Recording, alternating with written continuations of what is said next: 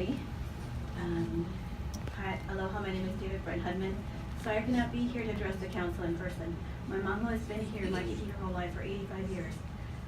Her father, P.O. Moody, who built the Arizona Monument. She is sad because there were no more Beach Boys left for her to hang out with. She looks at me with tears in her eyes and says, Brent, living in Oahu is like living with a dying friend with diabetes. Waikiki looks like Beverly Hills, Rodeo Drive. Yes. Chop, there goes one limb. Then the politicians headed out to Kailua and Lanikai. I drive there where I was born and raised. It makes me sick. No locals left. They had to make room for the rich mainlanders. That was the big limb. Chop, chop. They weren't satisfied with ruining Kailua, so they headed for North Shore. Unlike any place on this earth, once again, make room for the rich mainlanders. Chop, chop, chop. The politicians were not satisfied with ruining the North Shore, so they looked west to Kapolei, the new Hawaiian-style California strip malls being built, homes where the natives cannot afford. Bring in the rich mainlanders. Chop, chop, chop. Another limb. Now they're heading east to Waimanalo, God's country. We did not call it God's country. King Kamehameha the Great and Queen Liliuokalani, they called it God's country. And the politicians are chopping it as we speak. We plead for the mayor to please stop this. Stop the desecration of this sacred ground. Thank you for your testimony. Thank you. Balio, and I live in the beach lodge in Waimanalo, on Aloiloi Street, right across the street from Sherwood's. I'm vehemently opposed to the project as it's not only an insult to the environment, but to the entire community of Waimanalo, who's clearly voicing their opposition. It was mentioned before that in the master plan, the keiki was only mentioned once, and that it's an adult league plan. The real kicker there to me was that the keiki were only mentioned in the project for them to be included in the painting on the bathroom walls. So who is this sealed for, if not for the keiki? And what is this project for? I implore you to help us stop this project indefinitely. Thank you. Thank you for your testimony. Representative Clerk. I was privileged to grow up in Kaneohe and have easy access to the beaches in Koloapoko, including Sherwood's. I understand the importance of our precious resources, but sometimes I feel like the government does not understand this concept. He ali'i ka'aina, he kaua ke kanaka. The land is cheap and the people are its servants. It is not the other way around. We do not serve our land when we ignore the DLNR recommendations to not cut trees during the Ope'ape'a breeding season from April 15 to August 15. We do not serve our land when we ignore input from the stewards of the land, the people of Waimanalo. And we do not serve our land when we try to build a lasting gathering place on materials as unstable as sand. We do not serve our land when we only have 3 sentences devoted to what kind of demographic changes will happen in Waimanalo after this is built. For this reasons and more in my written testimony, I strongly oppose this plan. Thank you for your time. Thank you for your testimony. Members, any questions?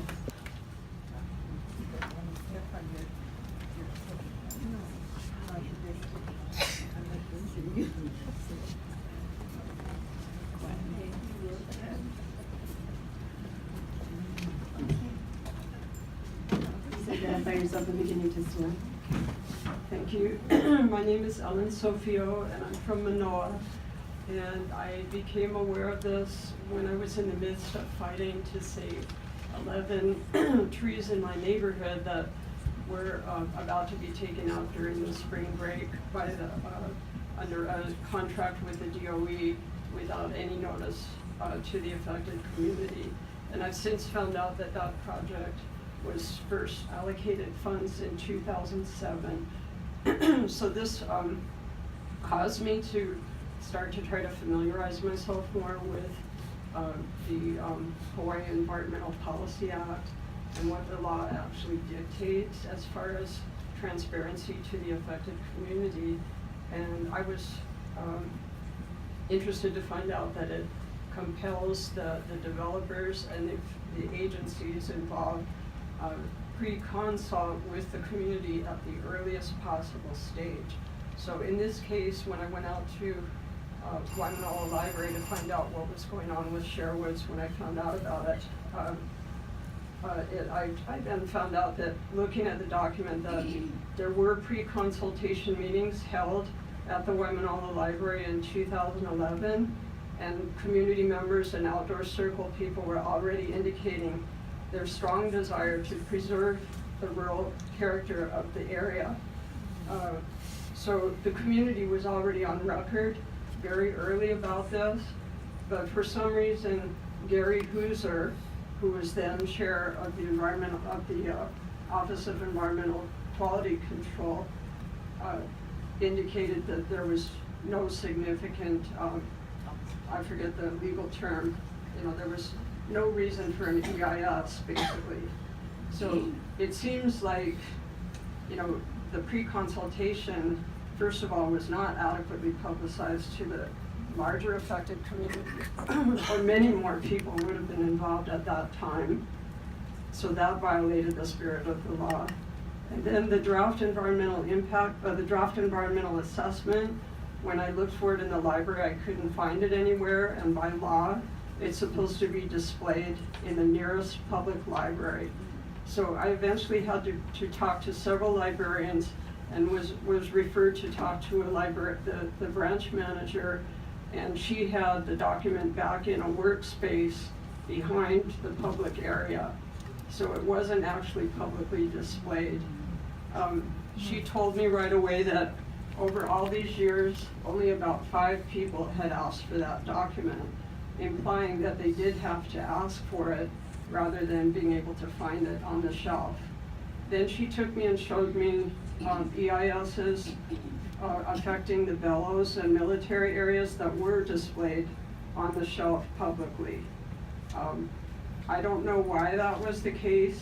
She claimed later over the phone that only in the last month that document was removed to the back work area.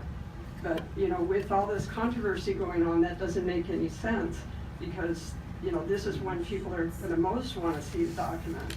So I think that violates the spirit of the Hawaii Environmental Policy Act, if not the letter of the law.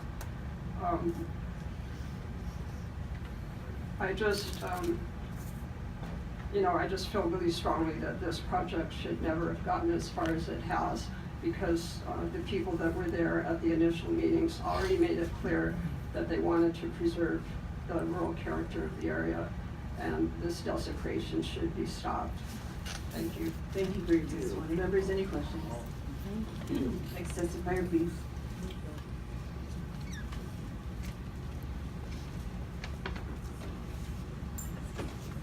Aloha, my name is Gwen Kim, lifelong resident of the Windward Side, member of Keep the Country Country, and a retired social work administrator.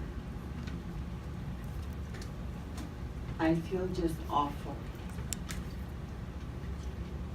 Sherwood is a jewel. To destroy it feels like what is happening now to Hawaii. Tear down natural resources. Build, build, build.